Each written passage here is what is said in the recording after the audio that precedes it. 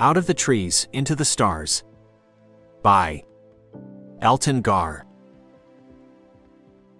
Yevin felt unclean in the skin suit of one of this world's primitives.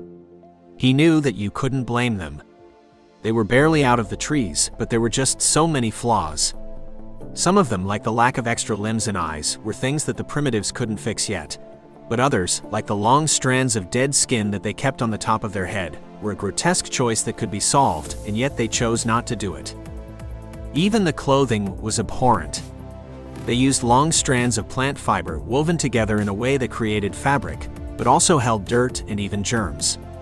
He didn't know if he could have worn the real thing, but the versions that his ship had made eliminated any of the germs and most of the dirt. At least they had the common sense to put something on their feet so they didn't have to walk across the coarse paths of ground up and dried stone that they used everywhere. Not that the shoes were much cleaner. They were largely made of the same disgusting fabric. But they were nearing the end of their true barbarism. They had artificial satellites that let them communicate better, which was a major step. And he suspected they might only be a couple of thousand years from being able to put people on the other bodies in their solar system, and perhaps even less if they started with their moon. Nearing their population center, he saw something else that struck him as absurd. They were putting up a temporary shelter. Perhaps part of the reason that this part of the world looked so backwards was because there had been some type of natural disaster. But that didn't explain the use of sticks in creating such a large building. It would be dilapidated in 50 years and likely not survive more than 100. He considered approaching one of the primitives to ask about the problem, but his translator was still adapting to their language, which seemed to be a series of very fast and sharp sounds. That would, he supposed, be good for an emergency when you needed to get information out quickly, and precision wasn't all that necessary, but he feared miscommunication, so he kept walking.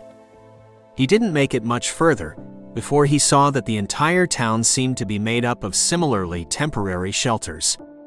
At first, he thought that perhaps the entire town had been destroyed, but while none of them had been up very long, he didn't know of any emergency situations on this world that would last for 100 years, so it seemed like they were using them.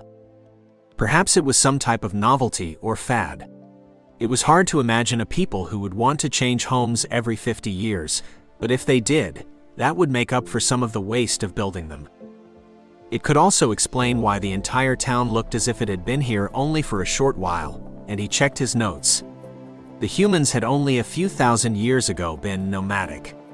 So perhaps they still were, putting up temporary structures and staying in them for a century before moving the entire town someplace else. There were some who thought his people were just as peculiar because instead of staying on comfortable worlds, they explored the galaxy in their ships. But with how many times his people had helped avert disaster, most of the other races had stopped questioning it. And in the great shifting of galactic power, it was a winning strategy. His people found better worlds more often and improved their technology quicker than other races. So in only a couple of 100,000 years, they would begin to eclipse the ancient races. That line of thought was interrupted as he saw a handful of human offspring running down the street alone. He wondered how even primitive people could be so careless with their children. But more than that, the simple number was a bit staggering. There were at least 6 children in that group, and from what he understood, humans stopped growing after about 20 years, so they all had to be practically infants. But while you wouldn't find any place with so many young on his people's worlds, there were some species that had cities specifically designed for the rearing of offspring. You might find that many children in one of those places, though they were usually far more secure than this. Were they truly so reckless as to allow someone to just wander into the place where they raised so many children?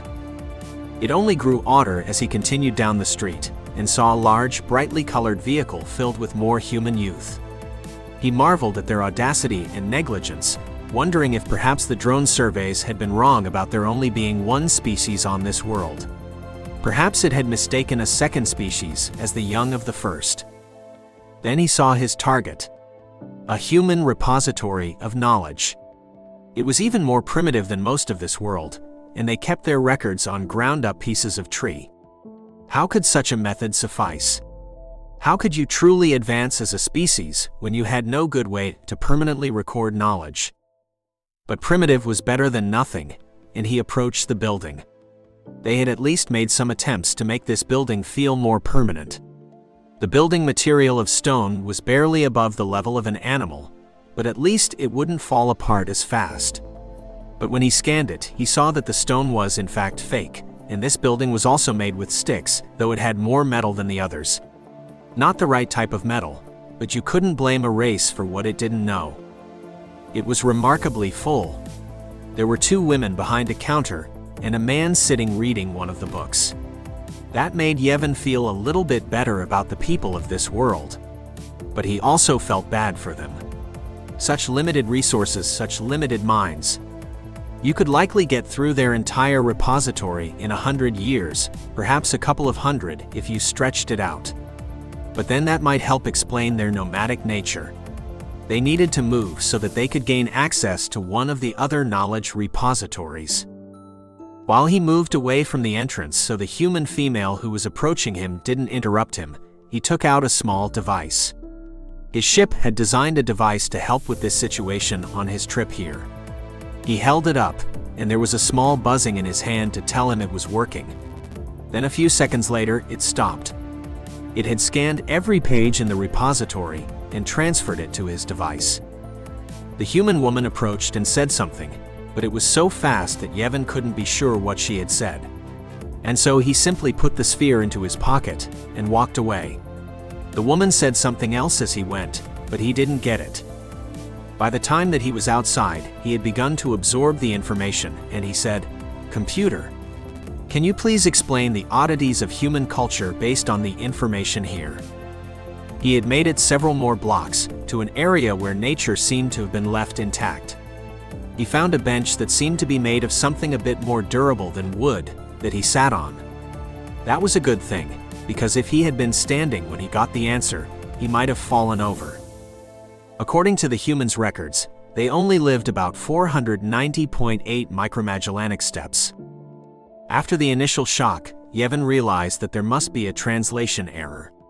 The humans, of course, didn't use galactic standard time measurements. They measured time based on the rotation of their planet around their sun.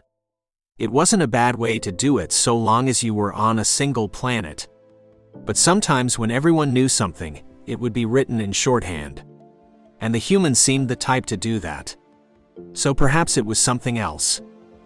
The time it took for their solar system to travel around the galaxy was clearly too long. There were ageless species, of course, many of them, but they still needed to measure time in shorter amounts. But perhaps they were actually talking about the time it took for the axial precession. That would make them long-lived, but that made more sense than them not even making it to 5 millimagellanic steps. He shuddered at the thought. But it didn't take long to be clear that wasn't the case, and things began to make more sense as he accepted that there was something deeply wrong with the human physiology. The many children were necessary if their parents would die so young. And the houses which he assumed were temporary might survive longer than the humans who built them. The thought turned his stomach, but then he began to consider their history. Before, when he had assumed that they were progressing at roughly the same speed as everyone else in the galaxy, he hadn't thought much about it. But now it was hard to understand. If you compressed everything into the time that it appeared, then they had advanced more in the last 100 years than his people had in the last 10,000. But that would have to be chaos. How would you keep up when the technology you grew up with was outdated by the time you were an adult? And then you just die for no good reason. But as much as he felt bad for them, that wasn't the real problem. His race had been expanding faster than most, using their natural exploratory spirit to gain the best land, and in 100,000 years, they expected to be one of the dominant species in the galaxy. But if humans continued anywhere near the pace they were going, they would do the same thing in 100 years, and possibly less, because it seemed as if the rate of their advancement, instead of slowing as they met their basic needs, had instead sped up. There was only one reasonable answer any intelligent member of another species could come up with. They would have to slow them down. But it wouldn't be that easy. Still, His plan would at least give the rest of the galaxy a bit more time to prepare. So as he walked, he said, "Ship, could you begin to create a virus for me?" There was a moment, and then it said, "Please define the parameters of the virus." "It needs to be something contagious so that most, if not all humans will get it. And it should be able to alter their DNA." That can be done, but there are laws against genetically altering a sentient species. the ship said. "Yes. But not one for curing a genetic disease. And no one in the galaxy is going to argue that their lifespan isn't a genetic disease. Can you make the virus alter them, so that they live a similar length to anyone else in the galaxy?" Yevin said. There were a few minutes of beeping, and then the ship said, The changes in DNA will be most pronounced in those born after the changes. The adults will only live a few hundred years. That means it will take about 150 years, and some small percent of humans will be resistant to the disease. That wasn't good. In 150 years, at the rate they had been going, the humans would be as technologically advanced as almost anyone else in the galaxy, and likely still having children at a rate far too high to be sustainable, but at least it would give everyone else a chance. And can you project how that will affect their technological growth? It will slow it substantially as their culture changes to have older and wiser leaders, teachers, and scientists. And that change should happen quickly. No more than a couple of thousand years. The ship said. Yevin sat down on the ground. The exponential growth of the humans meant that in a couple of thousand years, they would have already eclipsed everyone else in the galaxy, and he wasn't certain that there would be room for anyone else as they did. Author's note: The exponential growth of human technology is something that people sometimes have trouble with. Most people who know about Moore's law can at least understand how computers double in processing power about every 2 years. Though that isn't as obvious anymore, as once they reach a certain level, they can do the things most people want, and so people would rather see the price come down. But it's not just computers that have been increasing in efficiency or costing less. In The Rational Optimist, Matt Ridley explains the growth of lighting technology. Think of it this way: for thousands of years, the best way to have light was simply to burn wood. Then candles came into use. They were more efficient, but also expensive, as a single candle was a significant portion of an average wage for a few hours' light. After a few thousand years of that, we had gas lighting. It cost less and gave off more light. 100 years later, the electric light bulb was invented. Most people probably think that's where we're at, but we're not. We're actually 2 more iterations after that. The next development was fluorescent lighting. Not everyone loves it, but it uses less electricity, and the bulbs last significantly longer. And currently, we have LEDs, or light-emitting diodes.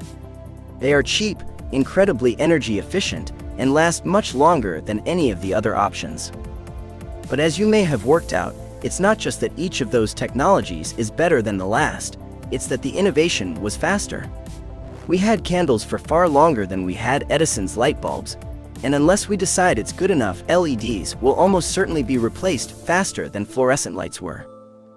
And you can look at almost anything and see that if you understand it. Medical technology isn't just improving, it's improving faster every year. The same with the amount of satellites. As the cost has dropped, the cost to get your genome mapped is a few dollars when it took 10 years to do it the first time. The cost and efficiency of renewable energy is similarly improving, and there is agriculture, 3D printing, and so many others. But what happens when the rate that technology doubles isn't decades but a year, or 6 months? And what happens when that improvement makes the next doubling take 3 months? What about when it's weekly or daily? That's when we near what is often called the singularity. A place where technology advances so fast that we can't even predict what it will be like. I'm not entirely convinced we'll get there, but I believe we can reach what is called a post-scarcity economy. A point where we are able to make enough that everyone can have enough. Where we don't need to focus on money and selling our time by the hour, because there is simply enough for everyone. And I think that is much closer than most people think. Because while we still do need people to do many jobs, We have enough of almost everything, and the scarcity is mostly just distribution and in the way people perceive the world. But for now, we still live in a world of scarcity where money is needed. So if you'd like to help me tell more stories, you can sign up for my Patreon at patreon.com/Elton. At any level, you get access to over 40 Patreon exclusive stories, vote on what exclusive I write every week, and more. If you can't afford that, my newsletter and free membership on Patreon will still get you free prose versions of my stories every week and more of my thoughts on writing and the world. Thank you. Elton Gar. P.S.